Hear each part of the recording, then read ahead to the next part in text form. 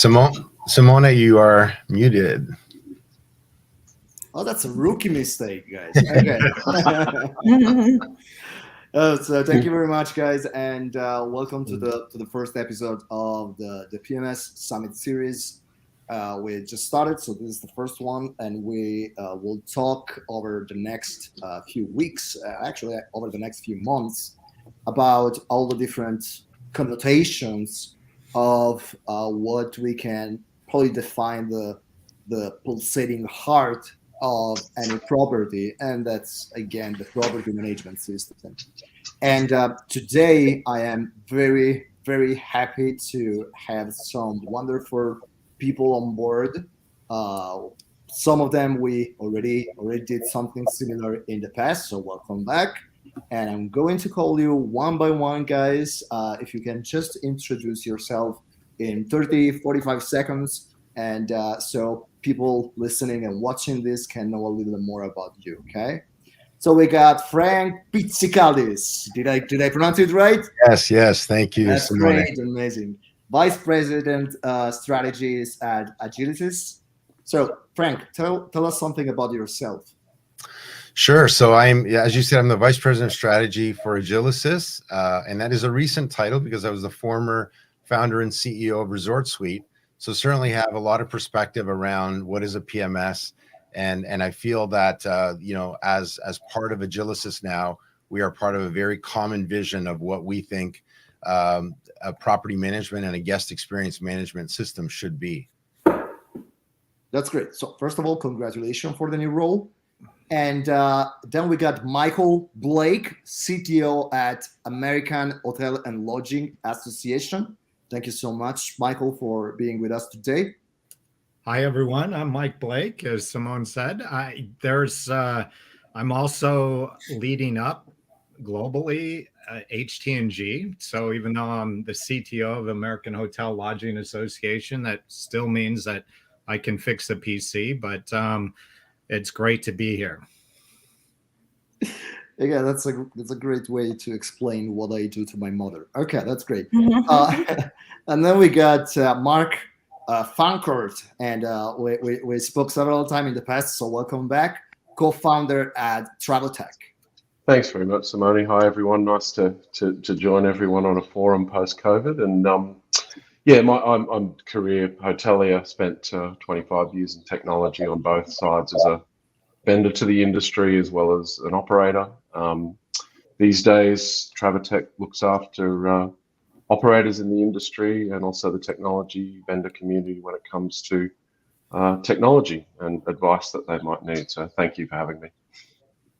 I don't know why, but everything you said with that accent looks more intelligent. So, and then we got Mary Beth Zanner, Director of Operations at Big Cedar Lodge. Thank you so much for being with us. Yeah, thanks for the invitation. As you said, I'm Director of Operations at Big Cedar, beautiful wilderness resort in Southwest Missouri. I've really been in the hospitality industry for over 25 years, with the last 6.5 of that very much focused on the resort industry. So excited to be here and excited to talk about the guest journey. That's great. Okay, so first of all, the interesting thing for me, so we can start introducing the topic of today, is the fact that if we look back at the history of the tech stack in hospitality, PMS is something that has been around since the 70s in one form or another, right? And I was, just trying to make some quick calculations. Okay, these were, the days of floppy disks, for example, right? And but we still, to a certain extent, use a similar approach when it comes to PMS. And of course, property management systems evolved quite a lot over the years, but we're still using exactly the same technology that we're using in the 70s, or at least we call it the same way, right? And I think this is exactly where I want to start, and that is the definition of a PMS. Because if I look at it semantically, PMS is just the acronym for property management system, right? So that's at least in theory, should be a system to manage your property. But what we're seeing over the last few years, especially with a new wave of PMSs, we're seeing some of those switching to a more like open API kind of connectors. And so actually, again, at least semantically, they are not exactly managing the property. They are connecting to third parties to manage your properties. So I think even though, again, this technology has been around for 50 years now, there's probably still some confusion, and it's still open to interpretation when it comes to what exactly makes a PMS, what exactly a PMS does. So I would love to hear your point of view on that, and I will start again clockwise. So Frank, let's start with you. What is a PMS in your book? Yeah, and I think to your point, Simone, really a PMS really has evolved, from a purely sort of transactional system to, in my mind today, really being, the hub of a guest experience management system, right? So it goes beyond sort of the head and bed reservation and the transactional parts of the experience to now, extended, Beth's property being a very full service type resort operation. There's a lot of moving parts. So, the ability for a property management system to have sort of that end-to-end view of the guest experience is critical today. And I think that's missing from, there are hundreds of property management systems out there. And Mike could probably attest to that. And so the ability to deliver a solution, an end-to-end guest experience solution, I think is critical. So, and be that, from a single vendor or a multi-vendor situation, it has to work, and it has to be very smooth from a guest experience perspective. Do you think that this oversaturation of PMSs actually played a role in the fact that some of these systems are not still capable of making the customer journey frictionless? You think that? Yeah, I mean, at the end of the day, there are a lot of the hospitality industry is huge. There's many different types of hotels, and so the type of PMS that might work in a small limited service type hotel is very different than the needs of like what a big cedar would require. And so I think the proliferation of all of these, what I think of very transactional systems, becomes very difficult to then deliver, the type of guest experience that, Beth's team would need. So it really is about thinking about an end-to-end solution, starting with that guest experience first. And a lot of those PMS systems sort of fall away because they just simply can't fit into that environment to provide that overarching guest experience, which goes beyond the head and bed reservation.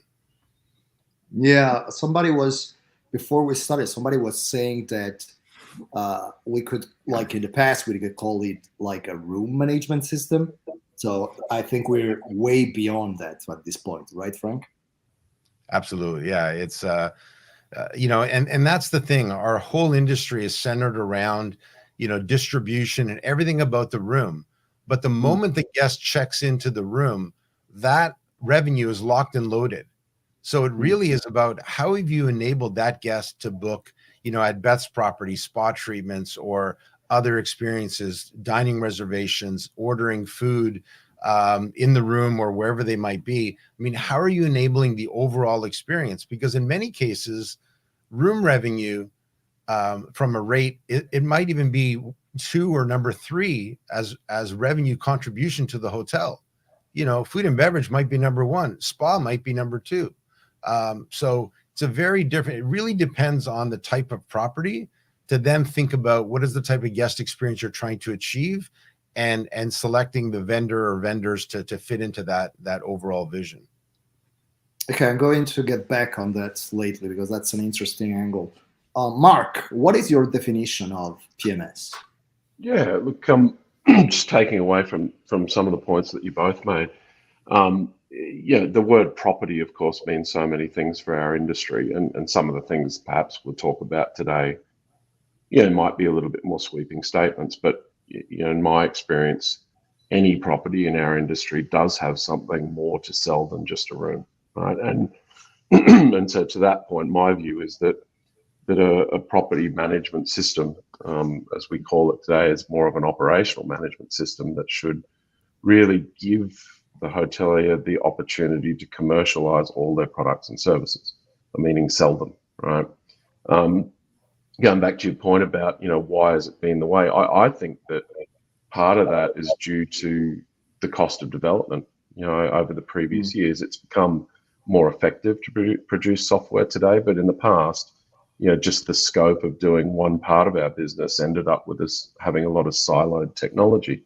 And I think that served us all well. But the perspective I tend to take on this is that the technology should reflect how the customer sees our business, right? Not necessarily how we departmentally structure our business. And I think that in today's business environment that the industry is facing, particularly with the manpower situation, as we say, looking to do more with less people, I tend to turn it around and say, well, should the staff of the operation not face the customer and be able to deliver product and service in the way that the customer sees the business?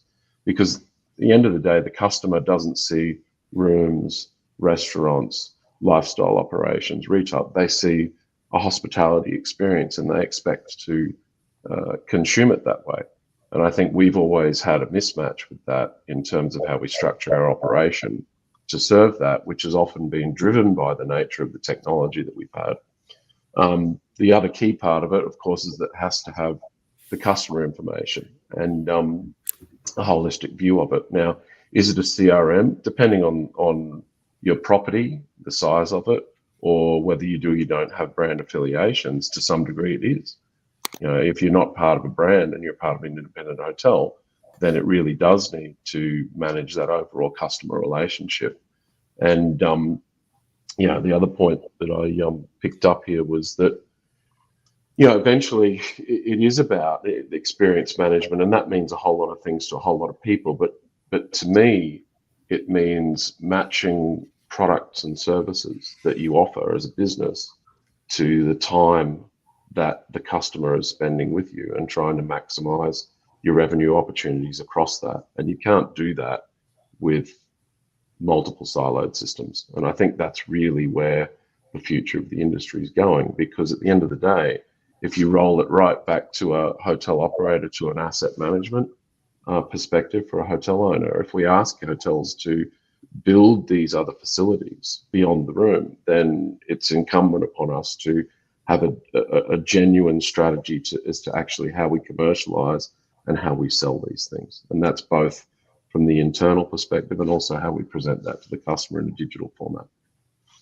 So what you're saying basically is that this connection between the guest perception of the hotel experience, so this, as you said, holistic, and the way most properties manage the business is probably due to poor technology, poor stack technology, and technology that work in silos. Is that your point?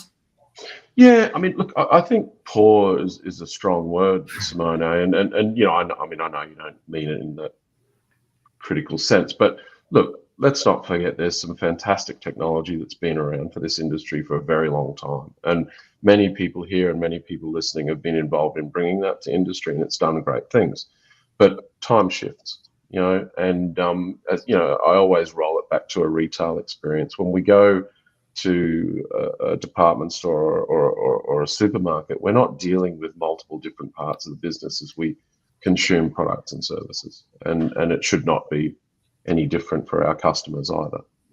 So that's sort of, I think it's more, well, depending on your property, it's where we've always been, but I think it's definitely where we need to go in the future.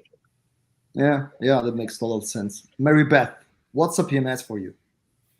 Really, going back to what we were talking about just before we got on, I think for some time it's just been accepted that the property management system was just a rooms management system. And it only would manage the process within inside of that room, housekeeping status, engineering status, amenities. But really, in a resort or any property that offers more than just rooms to sell, the property management system would look at the entire property and encompass all the things that are involved.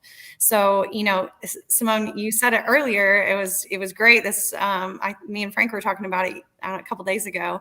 But the PMS is the heart and the brain of the operations, and activities, food and beverage, the attraction modules. Those should be like the arms and legs with the connectors between them that feed back and forth. So really every outlet should be able to follow the guest journey and better cater to the guests. They can upsell the guests. They can anticipate their needs. I mean, imagine I have a golf tee time and it's typically a 5-hour pace of play, and I might have a restaurant reservation in 4 hours, and I can look at that and tell that guest, hey, I see that you're probably not gonna make your reservation. Let's move that for you. But really, then you have your boots on the ground, which is your housekeeping and engineering, and allowing them also the ability to see the guest preferences or even modify them on the fly. How great would it be if they have this interaction and a guest just talked about what they loved or maybe a challenge they had or a request, and they have in hand something that they can populate into, and it really talks throughout. But everything should really point back to the property management system as a single source of truth. And it's not necessarily around rooms, but it's around the guest. We get a lot of day travelers. We have partnerships with vacation ownership right next door. That's an additional 600 keys. And we don't have visibility into that guest until they start their journey over on our side with us, maybe with an attraction or an activity. So if you think of it as a guest profile, and within that, all things can be tied back to the guest journey and it's visible in the system, you can really truly call it a property management system instead of a rooms management system. So love that. Really, I mean, all of that encompasses that. I mean, you got a property management system will become a superpower for guest experience. That's what we want. That's what we want in the hotel industry and in the resort industry. Is we want a way to always cater to our guest. Well, you made me think about something. So don't you think we should maybe retire the PMS moniker and we should call them GSM, guest management systems? Sure. Yeah. Does it make sense? It does. Okay. I'm going to copyright it tonight, so you can do anything with that. Mike? Wow. It's certainly great to go last because I could just say what they said. Because it really does encompass that. But I did want to build on something that Mark said, and also Frank brought it up, and that's the proliferation of PMS or the guest management system, however you want to say it these days. Because there's somewhere in the neighborhood, last count, some like 700 to 1,300. There's so many out there. It's almost like by hotel. And some of it does have to do with, a nephew can go ahead and program it and put it together. And I always say anybody can do this once, but the world that we live in is so complicated, and there's so many different ways to approach issues and problems that folks who feel that they can go ahead and develop a PMS, good luck. Because like I said, you could do that once, but you're lucky because you're probably dealing with security through obscurity, because most people don't design their systems with security at top of mind. That's one of the things that when you go with one of the, I'd say, if you go to High Tech this year in Orlando, there's going to be 35 kind of state-of-the-art kind of PMS players out there that'll be on the floor. Those are the ones that you could say to yourself are relevant, they're secure, they're going to have an open architecture, because as you heard the theme here, an open architecture enables you to be more nimble down the future. Because look, I think Frank probably could tell us all about, hey, what happens when, Microsoft decides to change an operating system, right? Oh my goodness. Who's going to do all the testing? who's going to do all the regression testing? And if you're asking yourself, what is regression testing? That tells me you shouldn't be developing systems. Right. So that's Okay. what I got, Simon. That's okay. That's a very good one, actually. Okay. Well, let me tell you my experience. I actually do have a client with a PMS that is installed in 3 properties. So I don't know if there is a PMS for every hotel, but the average could be 1 PMS for every 3 hotels. That's kind of scary if you think about that. Okay, I think we got a question from the audience. So before I move to the next one, let's try to answer this. How do you see travel retail being a part of PMS and contribute to guest experience? Okay, that's a good point. It's pretty much where we're going anywhere. So, Frank, what do you think about that? Yeah, I mean, I think ultimately, probably what they're trying to ask there is, how do you connect the entire guest journey, right? And Beth kind of made a point about that. And the key here is, and Mark made a point around these siloed systems. Well, it becomes very difficult. Guests today do not want to book a room. They want to book an experience. And so having these siloed systems that, okay, I make my room reservation, but then I'd like to book some spa treatments or, horseback riding or a learning to yoga, a yoga class or dinner reservations. All of these things should be very easy to do. And be it, in a multi-vendor environment using HT&G to connect things, or, having a vendor like Agilysys that really provides end-to-end solutions. I think we have to think of the entire guest experience. And so, that ability for someone to go online and not have to sign into one system, Expedia or something, to book their room, and then now they go to another spa system where they have to sign up with a new account and a new user ID. Now I got to go, I want to book a golf tee time. Now I've got to set up another account with whatever golf product they happen to use. And then I've got to go to, I won't name a vendor, but a table reservation system where I now got to create another account. And none of that is visible to, let's say, a big Cedar where they have one itinerary for the guest, right?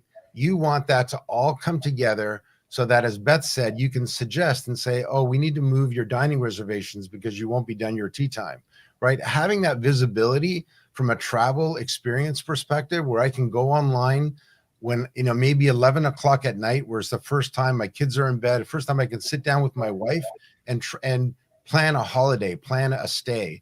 And I want to go beyond that room because I may go and book my room, then I book dinner, then I book spa, and then I go to book golf and I realize there's, a big tournament that weekend and I'm not going to be able to play golf. Well, I'll say, okay, all bets are off. Now I got to, if those weren't 10 different systems, I got to go to each one of those systems and cancel those reservations. That is way too much friction.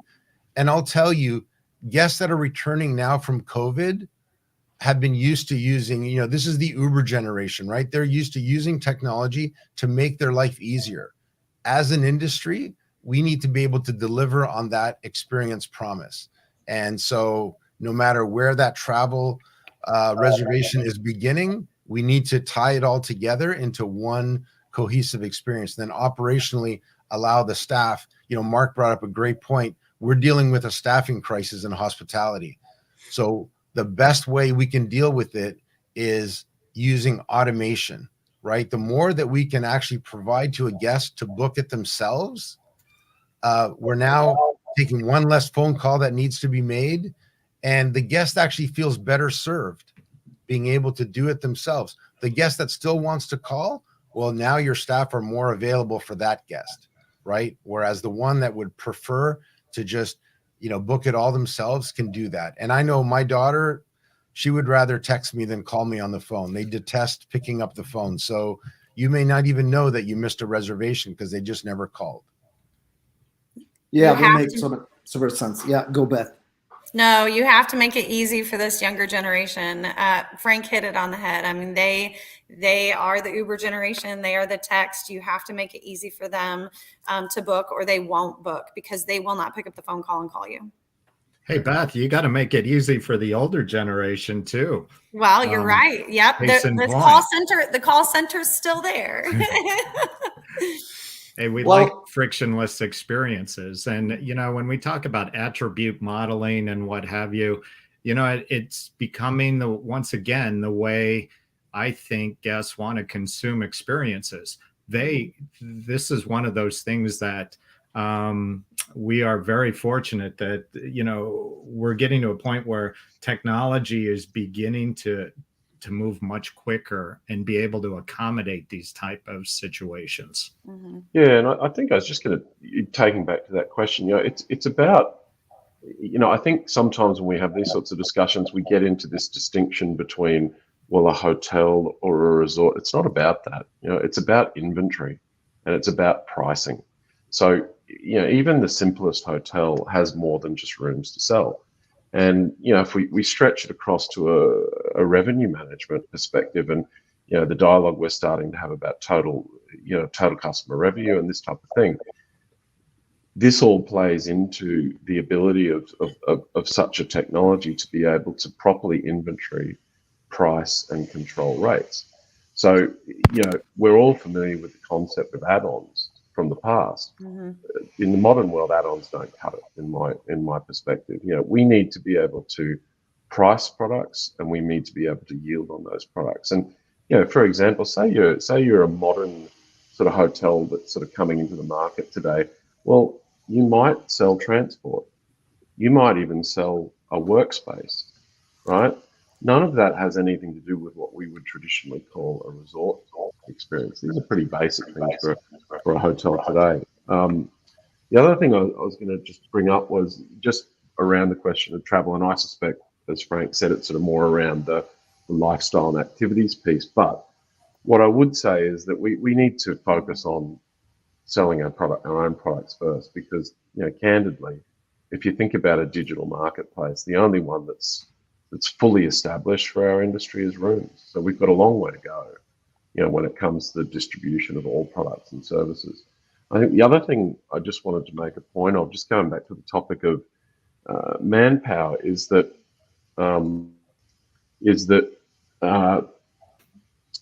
we need to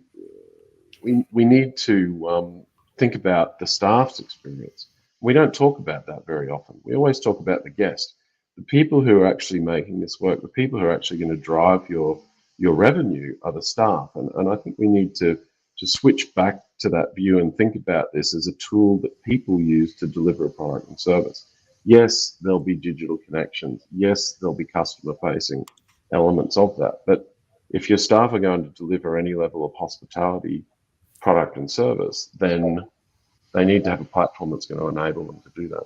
Yeah. And Mark, to build on that, think about it. If you're a major brand, or you are a brand, or you have multiple hotels, one of the biggest liabilities that you're going to have is a training liability. So you need to ensure that whatever system you have for the front desk, which I think turns at around 40%, possibly higher these days, you're going to have to get people up to speed very quickly. And you have to give them systems that they can consume and use and enjoy and actually not have to struggle with. Great point. That's why we got Neuralink, and 5-10 years, we'll just download the memory of the devs in our brains, and that will be all done. Okay, jokes aside, guys. Mark, you kind of have a point, and I think there's been I'm not a revenue manager, but I work with a lot of revenue managers, and you do as well.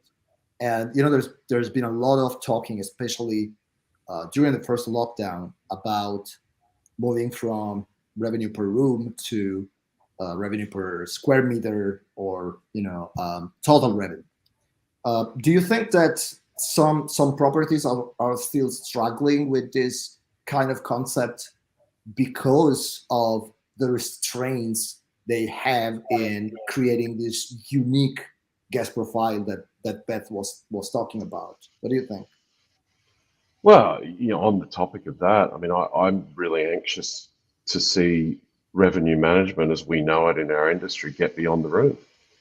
You know, I mean, we talk about a sophisticated marketplace, and we do have a sophisticated marketplace when it comes to the room. But again, until we can match the rest of the experience with that type of yielding, I think we're leaving a lot on the table.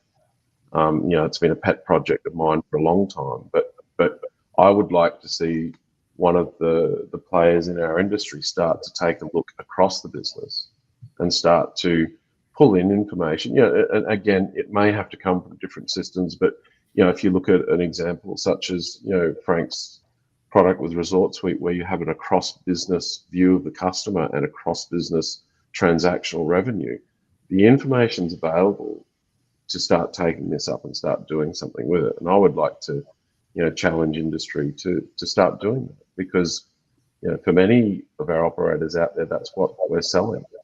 And you won't hear too many hotel owners complaining about that.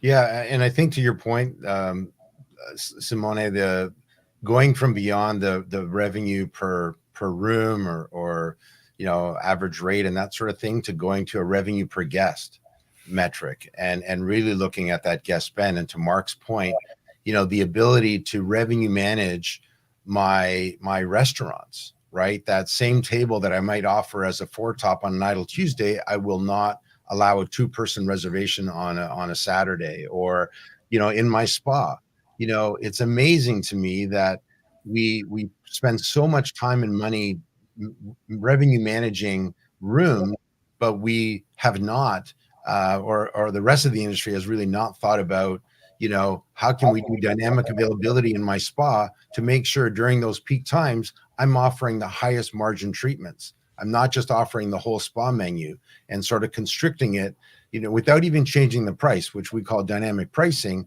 And Agilysys supports all of those capabilities, from dynamic pricing, dynamic availability in spa. We do that in golf. And so those parts, in some, as I said earlier, in some cases, the contribution to revenue from those operations exceed your rooms. So as an industry, why are we not thinking about, to Mark's point, revenue managing the entire business? And when we look at a reservation, ensuring that we're going to offer that attractive room rate to somebody that is going to be booking spa and golf, or maybe it's part of the package and everything else, and really moving to that model and thinking about revenue management across property for sure. Frank, Yeah, so appreciate. Yeah, so much appreciate that. We actually do revenue manage all of our attractions and activities that we offer, but to date, it's not necessarily been the easiest as it is in rooms, because there's just not a yield management tool out there that has been provided that'll really suggest it to you. Agilysys has done a great job of at least allowing the dynamic pricing. Just would love, you know, to Mark's point, that the industry to come up and actually offer that yield management tool for those ancillary spends. We're on it. Yeah. But Well, Frank, not only let that, me. but you know, I was just going to say, like Beth, to your point, and you know, not to make too fine a point of it, but ancillary is a term that we hear in the industry all the time, and I just don't. Ancillary, like, these are products that we have built to sell, and we're supposed to sell them. So it's a revenue center as compared to ancillary, and not to make, you know, fine a point of it, but it's just interesting the view the industry often has on this when they talk about the other parts of the business, which, you know, let's talk about, say, a ski resort. Well, they're making a lot more money through the mountain than they are through the accommodation. And it's not to say that the accommodation isn't important. Here in Las Vegas, you know, we've moved to an environment where food and beverage is having a massive impact on the overall model of the casino industry. You know, now that's surprising, but you know, when people are going out and they're having a $70 piece of steak and a $150 piece of wine, it doesn't take long for 4 people around a table to consume more in revenue than the cost of their rooms. You know, so I think that, you know, we need to see all of the revenue opportunities as opportunities and present them, you know, equally in that respect, or where needed, independently as well, because not everyone is a staying guest. Part of the reason I think we don't have, people shy away from food and beverage in hotels is because they just never worked out how to sell it. And yet the independent restaurant industry seems to have no problem at all, for example. So bringing this all together, Simone, back to the PMS, right? That's why this heartbeat of a model of, or a body of systems needs to aggregate this data so you can fully understand a single guest and how they consume throughout the ecosystem, right? This is this is not a trivial exercise. I mean, integrations, we kind of throw that word around, but we at HT&G are working on right now a work group on express PMS integrations. And integrations are kind of make a lot of these disparate systems help talk together. They help move data from one place to another, so things do look seamless. And as much as I would like to say it's a trivial exercise, just throw out something like an API and everyone's happy. It takes some work to get there. And with folks like Ferris Baca over at Agilysys working on this work group, we really appreciate it, because what we try to do is harness the collective wisdom of technology leaders to make data more seamless, to try to help that. Because what we're talking about here, as we start talking about the extensibility of some of these systems and the one-person view of the guest, there's few systems out there that can do it in totality, but the ones that are truly have a competitive advantage over others, because that is what I think the future guest is looking for. They don't want to hear that these come from different systems, or this costs me this, or this costs me that. They want the price that they want to pay. And you should be able to tailor that price to them. And that's kind of what yield management is all about, is trying to find that right price to that right guest and what they're willing to pay, because you're leaving a lot of money on the table if you don't. It totally makes sense. And Frank, I just want to go back to something with you, because with Agilysys, you pretty much solved the tech problem. Okay. So, but do you think that, so it's not necessarily a technology issue? You think it's more like a forma mentis kind of problem, like the industry hasn't really understood the potential of what, again, and Frank was totally right. You were totally right about that, and what we call ancillary revenue. So, do you think that it's not only a question of technology, but the industry is just not seeing the big picture? Yeah, and I think Mark said it best, right? Is it may not be, he used the ski example, but if you think of a hotel, like a lot of systems are designed that, okay, I've got my PMS and then I've got a spa, but it might not be a hotel with a spa. It might be a spa with a hotel, where the room is actually the amenity. And the reason great way to put it. A great way to put it. Not for a hotel stay, right? The reason the guest goes there is for a spa experience, a wellness experience. And so having your systems designed so that they work end to end, and that's that's a big key with Agilysys, is that we are focused. We are 100% hospitality technology company. We do not do anything else, right? We're not sort of 1% of our business is hospitality. 100% of what we do is hospitality. So we are hyper focused on that guest journey, on that guest experience. And sometimes we might play a part, it might be our Infogenesis food and beverage systems that integrates with other platforms, or it might be our Visual One or Stay product that runs the entire property or resort. And so that ability for us to manage that end-to-end guest experience, and I think Mike brought it up best, is that we can't just expect, just because we have a bunch of APIs, we can give them to a customer and say, go figure it out. These are not technologists in a lot of ways. They want solutions. And it might be multiple vendors coming together using HT&G technology to now offer a complete solution to a customer. Or you can go to a vendor that has solved it already. Agilysys has solved these things, and we continue to evolve them so that we are delivering, all of the capabilities that, someone like Beth might be looking for, and tuned into her wish list, so that we can evolve beyond that head and bed experience. Yeah, that makes total sense. And I think, and again, we had, as Frank said, we have to think about, I often talk about job roles, and job design, and the reality of a lot of the jobs in our industry today is that they are demarked by the technology. So, I work on reception, and that's a job because my piece of technology can only serve that piece of the business. When you have a piece of technology that crosses the business, it gives you the flexibility to completely revision the way that you operate your property.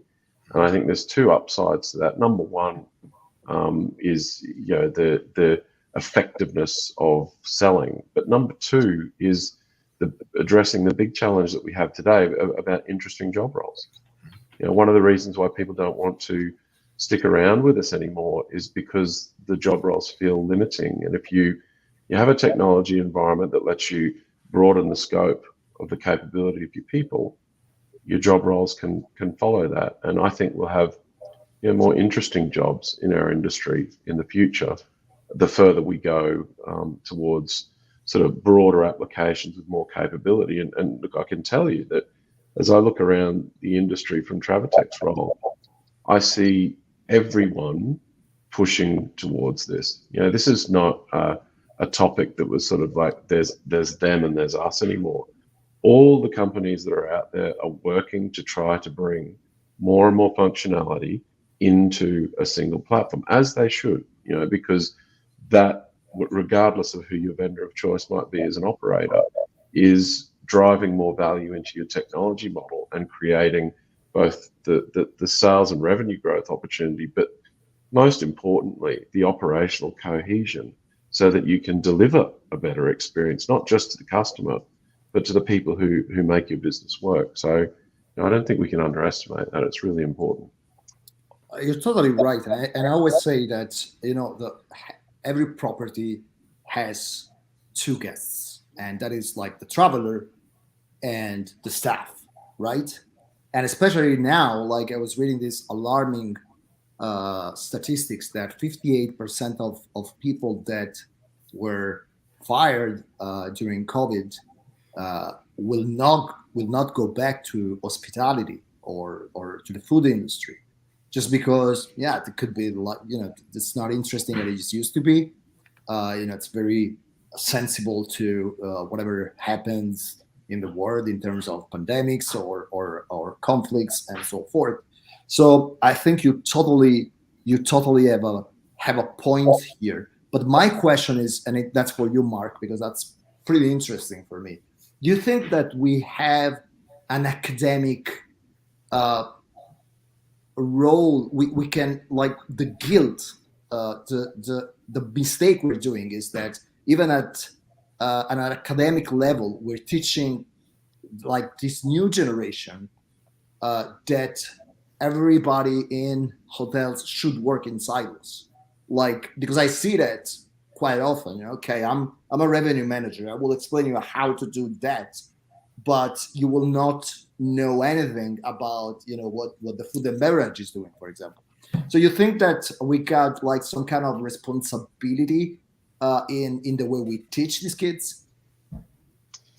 Yeah, look, I think if anyone's going to go and do tertiary education in our industry, it should be for the total business, because that's the type of leadership that we need in the future. And yes, are there specializations in our industry?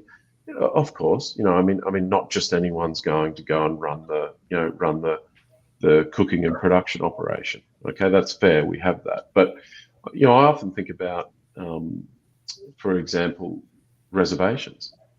Now, we say reservations in our industry, people automatically go, "Oh, rooms," but it's not.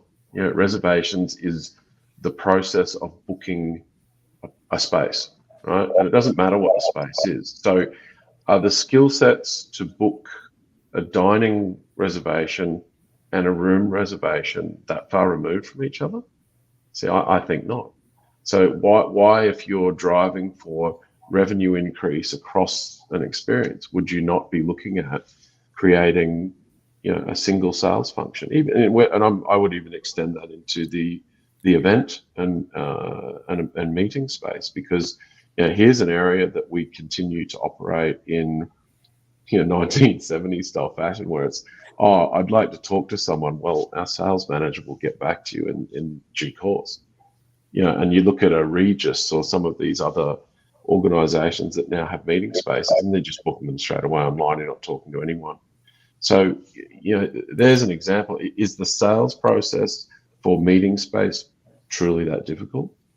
Now, sometimes it is, yes. Sometimes there are extreme examples, but more often than not, the majority of meetings are quite straightforward.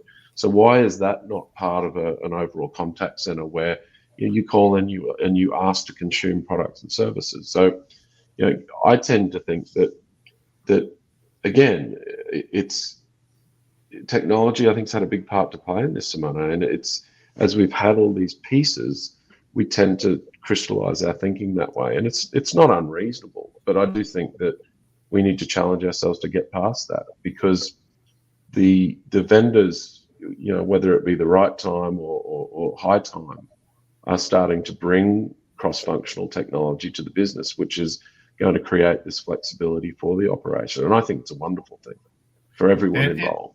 And Simone, let me just put out a commercial for hospitality, because, sometimes it does get a bad rap. The hours are long. Sometimes you have to work on weekends, and the work is tough. But I got to tell you, there are career opportunities that one cannot envision, and it'll lead you to places. I think everybody here who's worked in a hotel, who's been there, who's seen the movie, we all have great stories. And sometimes life is about stories, and to be able to live that is fantastic. And I would not given up on a hospitality career just yet. So those folks who are thinking about what their career should be or where they're going, give hospitality another chance. Well, and to your point there, Mike, as well, is how can we make the staff experience better, right? And so with technology, the more that we can arm the guest, and this goes back to the analogy of Uber, right? Before, we used to have to call the taxi company, right? I don't know when the last time I called the taxi company to order a cab. I mean, now you have this wonderful Uber. You can see where the car service is and when they're going to pick you up, and it's all more secure. And I think by us being able to deliver that to guests so that they can kind of be in control of their hospitality experience, now it starts to free up your staff to actually be better hosts. Because instead of having their head down with a lineup trying to book all of these things, they now are able to welcome the guest with open arms, and they can spend more time with the guest. So the paradox is technology does not replace hospitality. It actually enables it, right? And by giving your staff the tools and the customer the ability to engage in your hospitality experience, self-explore, and order a drink or lunch by the pool on their own on an on-demand sort of mobile app, or booking their spa or golf tee time, or adding to their itinerary, making that really easy. Just, they're going to spend more money, and they're going to feel better about it, and they're going to feel better about the overall experience. So it's kind of 1 + 1 is 3. It just really, I think, amplifies the guest experience overall. And to Mark's point, just creates a better staff experience as well. That's all really great points. Simone mentioned it earlier about areas working in silo, and the previous thought process on technology didn't aid in allowing those teams to not work silo. In our operational world and efficiencies, every day we try to communicate, not working in silos, but when you don't have a system, when you have siloed systems, it doesn't help with that. So when you talk about your guest and your associate and your brand, as we bring all this together in systems like Agilysys, where the guest experience can be brought together, and there can be a single guest profile, a single cart, a single hub, and really the single guest itinerary, both the associate feels more confident and the guest sees that confidence in the associate. So they're like, they want to get what you're telling them. The experience and what they want, because you could also see their previous experience when they were here last time. They liked a certain bottle of wine, or they really like to go on a day cruise out on the lake, and you see those things and you anticipate them and you go ahead and start booking them into those things. Yeah, and as we keep going down that road too, one of the words that we hear today is personalization, right? So, and whilst it's a bit of a buzzword, really it goes right back to what Beth's talking about, which is, well, Mark likes to do what Mark likes to do, and Beth likes to do what Beth likes to do, and it's very exciting to see the capability of, I think the operational management system, as I choose to call it, has all of the key inputs to drive that. It may not necessarily be the thing that makes the recommendations, but it captures the information. And other systems look at that and say, well, look, Mark's got 4 hours free this afternoon. We know that in the past he likes spa experiences. Why don't we, whether it be the staff who are looking at revenue opportunities from the customer experience perspective, call up or send me a text and say, Mr. Fancourt, we see you've got some time this afternoon. We've got a particular special therapy that's going on today. Would you be interested? We'll even cut you a discount if you want to go and do that and fill in your afternoon. Or in the background, excuse me, it's intelligence based, where we're looking at exactly that same information, and we're saying, well, here is some time, here is a product or service or multiple products and services. Would you like to engage in these things? And neither is right or wrong, both are valuable. If you can't have the intelligence, that's okay. You have manpower that should be able to sit there and look across your business in this way and drive it from a manual perspective until such time as you can afford, tools to help you with that. But for me, I think that's the future. When we talk about revenue management, when I talk about experience management, that's what I mean, is here is some time, here is a customer or a group of customers, here are some products and services. How do we put this together which makes everyone the happiest? That's great. Okay, guys, look, we got less than 10 minutes to go. I just want to ask you one last question that to me it's always been puzzling for me. And that is, when I started working in hotels, the first part of my career, I spent doing like everything from receptionist to front office manager, that kind of stuff. And I started in 99. And I remember that back then, if you had to hire a receptionist, for example, or a front office manager, you were looking for specific skills. And that were like, can you interact with guests?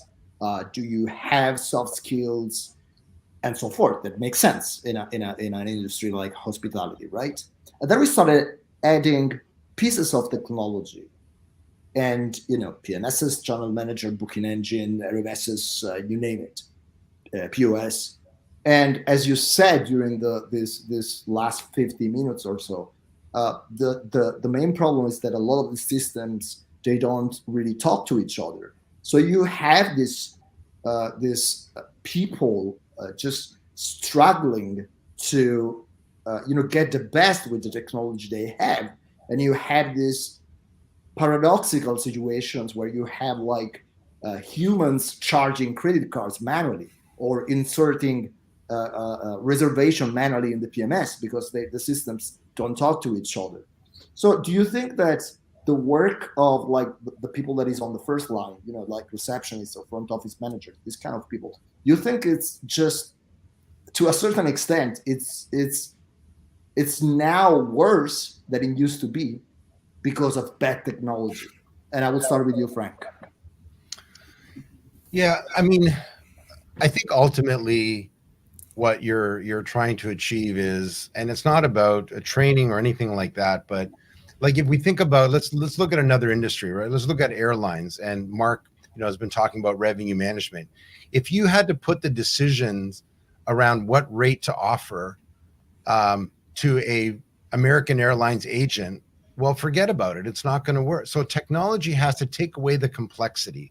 It has to do what it does behind the scenes and make it very natural, because the reality is going to be that what your person at the front desk is doing, a guest can also do on their own through mobile technology and other ways, online and everything else. So what they have to be is I think the skills are going to be about making the guest feel welcome and being able to tie together the whole experience, and having the knowledge of everything, not being so siloed that I only know one part of the business, but being a curator of the experience, right? And let the technology do the complex stuff. If you're asking your staff to have to code all of these things and do all of these things manually, it's over, because the reality is the world is moving online. So if you have all these manual processes behind the scenes that used to have people going to one system and to another to book the whole experience, well, what happens when you go online? How's that all going to work? So everything has to be connected, and the complexity has to be removed from the equation. Yeah. Right? And that's what technology have to do. Simone, we here at HT&G, we believe that technology is the single most powerful force driving hospitality. And for those that have issues with it, look, I've been involved with the organization for over 14 years, and we've been alive for 17, and we're a problem-solving organization. So there's always going to be problems out there, but we can't solve them alone. We need the community. So the more people that join in and help solve some of these issues, join the Express PMS integrations, be part of the community. That's the thing about HT&G. We're here to help solve these ever evolving problems, and just hop on ahla.com, sign up. You're probably already a member. Just join up and solve some of these issues. Yeah, that makes I think total sense. Mark, yeah. Yeah, sorry. Again, I want to get back to this because I have to say it's one of my real troubling aspects of the relationship between technology and manpower in our industry. This misnomer that technology is about removing people. Well, it's just not. And at the end of the day, there are two words that fit very distinctly into our industry: hospitality and service. And these two things are intrinsically linked to people. Mm-hmm. So we have to be very, very careful as an industry that if we think that this is about the removing of people, then we are no longer the hospitality industry. We become the dormitory industry. Mm-hmm. So if that's what leadership in our industry thinks is where we should be going, okay, fine. We'll be all right as technologists because we can make that happen if you want. But that's not. So that's not the industry. That's the paradox, right, Mark? Is that by technology doing what it does well, it actually frees up your staff to be better hosts and provide better hospitality. So, or do different things, Frank. Do different things, and it's going back to some of the things we talked about here. Well, to your point, if the customer is quite happy to book most of their own experiences, do their research and curate, great, that's okay. Some are not. We must look after both. But as more and more, I always go back to the simple example of registration cards. Well, our customers actually give that to you. And those of us who've worked in rooms before know how hard we tried in the past to get the customer information. Right? I used to get written warnings because I didn't get didn't get all the right information. Well, now the customer just gives us that. So there's a thing that we don't have to do anymore. What could you do? Mary Beth, last words. Really, I mean, back to what they were talking about, back to, for technology and people and connecting them together. The hospitality industry is 100% about people. It's about servicing your guest. It's about the associate. It's about your brand. Inefficient technology creates inefficient staff members. So if we can make that technology more efficient, we can make our staff more efficient, and the guest journey just seems seamless from the time they book to the time they step in the door till the time they leave. They're just gleaming, and we can really start creating more loyal guests and coming back time and time again. That's amazing. Okay, guys. So thank you so much. We've been Swiss when it comes to timing. So 1 hour, that's great. Just one last thing. I will just name each one of you. Just tell the audience what is the best way to get in touch with you. LinkedIn, email, or whatever. Frank? Yeah, LinkedIn. Frank Perfect. Pizzicalis, yeah. Mark? Mark, I think you're muted, Mark. Sorry, I was just saying LinkedIn's always good. Otherwise, Okay. Travatech.com. Okay, that's very good. Mike? Blake at hla.com. That's great. And Mary Beth? LinkedIn's great for me. That's great. So Frank, Mark, Mike, Mary Beth, thank you so much. It's been a wonderful conversation. I would have spent like another couple of hours with you. Amazing points. I just want to remind to all the viewers that we're going to go live with episode number 2 on the 25th of May. And the topic of the day will be connecting your PMS from third-party integration to open APIs. So make sure that you sign up. Just go on Hospitality Net website or just check on LinkedIn, sign up, and we'll see you next time. Thank you so much, guys. Thank you so everyone. much. Thank you Thanks, all. guys. Great day. Enjoyed it. Bye. Cheers. Bye.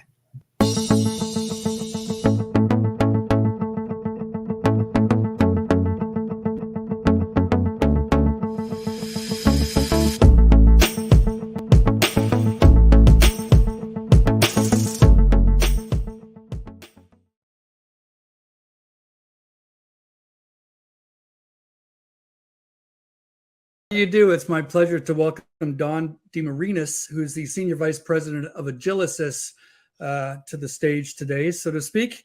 Don, welcome. Thank you, Alan. Good to talk with you. So it's an interesting time in our hotel industry, especially in the Americas. There seems to be a massive amount of uptick in the market. People are traveling, sometimes having some challenges with our airlines. But all in all, there seems to be a quite an interesting viewpoint of how our industry is going to move forward, and obviously on the positive side of the equation. So one of the things I'd like to fully understand is Agilysys' viewpoint of the future. You know, you guys have been around for a long time. You've focused in different areas of hospitality, but certainly over the last little while, I've seen moves, transactions, et cetera, happen. But from a baseline perspective, what do you think the future holds for Agilysys and our industry at large? So it is an incredibly interesting time, and there is a lot of opportunity out there. Unfortunately, it comes on the heels of COVID, right? And the industry went through a very, very challenging couple of years. And I kind of call it a time of winners and losers. A lot of people or segments of hospitality did fairly well through that time, the drive-to destinations, resorts, et cetera, and others, business hotels, limited service hotels that depended on business travelers and the like. They've struggled, and many of them still do. But what's interesting is throughout my entire career, which goes back to 1995, so 27-ish years, I've seen dramatic economic downturns and the housing crisis in 06, 07, 08. I've been through COVID, some different challenging times in between.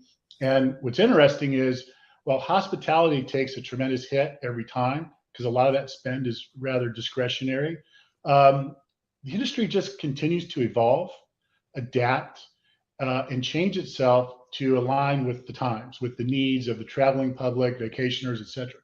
And all I've ever seen this industry do is expand, even with these bumps in the road. And what's been interesting is throughout each of those instances, technology has always been in the middle of that transformation.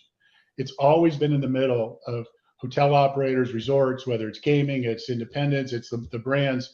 It's always been in the middle of whatever the transformation is that better aligns the industry with the current economic conditions. And so, coming out of COVID, we see a big transformation. Well, big is a relative word, but a shift towards more self-service, putting more technology into the hands of the guest. And it's interesting. These are things that have been around a long time, but it took COVID to kind of give them prominence and force adoption, force pushing it into the marketplace. And I think we've seen good adoption from consumers. And really what I feel like it's translated or transitioned into is culture is probably not the right word, but an environment of control, giving control to your guests. Let them decide what the experience needs to look like to make them comfortable, to help them enjoy their stay, and interact with the property in a way that's the most meaningful to them. And that's different whether it's for a business traveler or whether it's for a family that's going on vacation. Everybody has a little bit of a different idea about what their experience needs to look and feel like as they check into that property. Some people want the experience of going to the front desk and interacting with people at the property. Other people don't want that. They want the efficiency of checking in on a mobile device and just getting to the room and getting on with their vacation. So I think the hotel of the future, hospitality in the future, I think it's a lot more about choices in the hands of your guest, of the customer. I think it's a lot more, they're going to see a lot more self-service, some of that driven by the enablement of choice, some of it driven by the lack of labor. The labor shortage is real. And you see it really, I think, perpetuating itself more in some of the amenities that a lot of the hotel operators offer. You see food and beverage outlets, they're not open as many hours as they used to be. They can't get the staff for them. And, hotel operators are having to make choices about when they can acquire staff, where do they put them? So they have to put them in critical areas like front desk, housekeeping, maintenance, so forth. So I think it's about self-service. It's about choice for guests. It's about efficiency in the operation, enabling properties to do more with less, et cetera. And, fortunately for us, we had created a lot of those technologies prior to COVID. And so we had a lot of that to take to our customers when they needed it the most. Very cool. And I think I made a small mistake earlier on. Don, I want to make sure that I give you the right title. It's Senior Vice President of Sales. I think that's correct. Senior Vice President, period. My apologies. So I think it was December 16th in 2021. You guys decided to buy a company called Resort Suite in my backyard near Toronto. What was the impetus for doing that, and how has it been received in the market? Well, we looked at Resort Suite as a competitor over many years, and they have a very unique, a very well-developed piece of functionality called membership that's used in a lot of club environments, particularly in resorts that have membership and so forth. And they've wrapped a lot of really cool technology around that really kind of enable that member experience. That's tied very well to their spa application and some of the other products that they have. And their focus is on the resort segment, which is a space where we have largely played a big role in, historically in resorts and in gaming. So we saw a competitor with really good, compelling technology, legacy technology, if you want to use that word, in that it's not cloud native. The technology has been built over a period of 10, 20 years. And so wait. You bought a system that's not cloud native? Well, that's part of the strategy, right? Okay. All right. Tell me more. Well, so these customers, largely people are trying to move to the cloud today, and COVID is actually enabling that. A lot of these big resorts, even down to your quote unquote city hotel, they don't have the IT resources that they used to have. And so when they have an opportunity to consolidate vendors and eliminate a lot of complexity in their IT environment, they want to do that. And going to the cloud is a big enabler of that. So purely from a financial a revenue opportunity standpoint, Resort Suite was very compelling for us because you've got a user base that's on premise. Right. And we largely have duplicative technology applications outside of this very unique membership experience that they can deliver and the mobility experience they can deliver with that as well. And so our strategy really is, let's create parity between the Agilysys products and the Resort Suite products. And over time, let's give these Resort Suite customers an opportunity to migrate to a fully modernized, modern, cloud native, or continue on-prem experience on the Agilysys product platform. And from a financial standpoint, clearly that enables us to drive more SaaS revenue and grow our recurring revenue base, which for a company like Agilysys, a public company, clearly there's a lot of value placed on your recurring revenue. And it's just good business for us. You know, SaaS is a large percentage of the deals that we do today. So the opportunity to convert that base is very attractive to us. And then there's great alignment from a cultural standpoint between the Resort Suite business and our business. We have a strong pedigree in the resort market. Clearly, Resort Suite does as well. So we're able to easily absorb that employee base. They talk the same talk. They walk the same walk as we do. The customers we're familiar with. We know how to interact with them. We understand their business. So it was I wouldn't say it was an easy acquisition. It was an easy decision to make. Let's put it that way, to try to tuck that business into the Agilysys business. So do you find with purchasing a Canadian company that everybody in Agilysys is now saying sorry and apologizing more? Or is that just... So there's a lot of truth to that, actually. It's funny that you say that. There's a lot of truth to that. And I've worked in Canada throughout my career with a prior life, and we always used to talk about how nice the Canadians were. But when you got to get tough and you got to get things done, you guys are pretty good at that. Trust me. Well, thanks. Well, you know, we try to be hospitable, except when it comes to hockey. But other than that, it's all good. So, you know, you talked about technology and the role of technology. And one of the things that is a challenge for our industry has been in the area of personalization. I think Resort Suite's tagline in the past used to be "Know Your Guest."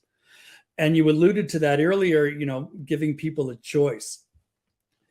Do you think there's a difference between giving people a choice versus true personalization? And where is Agilysys on that personalization road? I don't know that there's a choice to be made, and maybe I don't understand the question. I think that choice is about, again, allowing your guest. We saw this through COVID, actually. Right. Allowing your guest. See, I remember. I'll go back to a meeting I had many years ago with a hotel brand, high-end luxury resorts. And we were doing a presentation about taking them to the cloud on a big enterprise platform. And we're talking about ROI. And the CEO of the company stopped us and she said, "Let me give you a bit of coaching. We don't care about ROI until it serves the guest in a positive way, until it drives guest experience. If we drive guest experience, we will get ROI organically. So you're not doing yourself any favors by going there. Talk about how you impact our guests." And I've never forgotten that. And so, you know, to this day, choice, you know, the guest experience, I think a lot of legacy thinking is that that's an interaction with a human being. That's please and thank you, welcome, Yep. glad that you're here, and that sort of thing. And I think guest experience today is what I talked about earlier. It's, I'm in a hurry, I'm on my phone, I check into my room, I go to my room, I tap my room on the door key, I walk in the room. That's a great guest experience for me. I don't need to talk to somebody at the front desk to get that. Other people want that experience. So Right. I think choice is really empowering the guest to experience the property the way that it's meaningful to them. And don't assume that the most meaningful way to them is for you to talk to them and spend time with them. It doesn't Right. have to be that way today. So, Don, personalization is incredibly important in today's technological ecosystem of the hotel industry, and it's becoming even more prominent. I know that Agilysys has got this at the forefront, and you're really focused on a single guest itinerary, whether it's for a single property or for multiple properties. Can you tell me what that looks like from Agilysys' standpoint? Yeah, so this is a really, really important initiative for us to focus on this single guest itinerary and a common profile so that for example, if you think of our end-to-end suite of solutions, we have technology today where you can go online and book. We have a central reservations platform. We have mobile check-in, mobile checkout. We have a product called Engage, which handles loyalty and promotion, membership. We have digital marketing. We have business analytics tools. We have point of sale, PMS, spa, golf.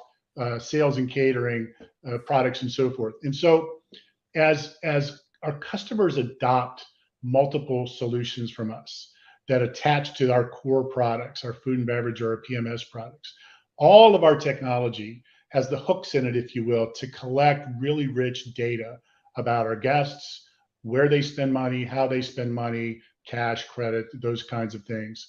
And as what we're striving towards is we want to collect that data and we want to be able to serve it back up in real time to people at the property so that they can engage with their guests in a way that's fairly transparent to them. We don't want people to know or to be overly obvious that somebody looking at a computer screen knows everything about that guest, but we want them to guide the guest experience in a way that respects the information that we have on them. Perhaps they like a certain kind of wine. They're a Cabernet lover, something like that, or a particular brand of wine. We know that from prior visits. We want to put that information in the hands of the host or hostess or the person that's serving them in the dining room so that they can call out the fact that they're aware of that, they're paying attention. We want to deliver an experience where if you have multiple people in a group that are experiencing different parts of the property, different activities in the property, we want somebody at the concierge desk perhaps, or at the golf course perhaps, to be aware of that, be aware of what the wife is doing in relation to what the husband is doing so that their itineraries don't collide with one another. So if they want to make a dinner reservation, we want that host to be aware of the other things that are happening on that guest itinerary so that they can give them a reservation time that they can actually make, that they don't have a conflict with a golf appointment or something like that. So our strategy really is, as we look at this comprehensive suite of solutions, we do want to bring this together ultimately where we aggregate this data, we serve it up in real time to people on property, and we use it so that when a guest returns to the property, we can immediately make some decisions about the amenities that we offer to them, the upsells that we offer to them, and areas where we might guide them so that they can have a better experience at the property and the property can get a better ROI, if you will, from the guest stay. That's awesome and completely understandable and makes sense. So Don, I want to thank you very, very much. I want to thank all the folks that work at Agilysys. And after that, I want to thank all the hoteliers that run Agilysys platforms. Appreciate the time that you spent with us today. It's been great. Okay. Thank you, Alan. I appreciate it as well. Nice meeting you. Thank you. Take care. Cheers. Bye-bye.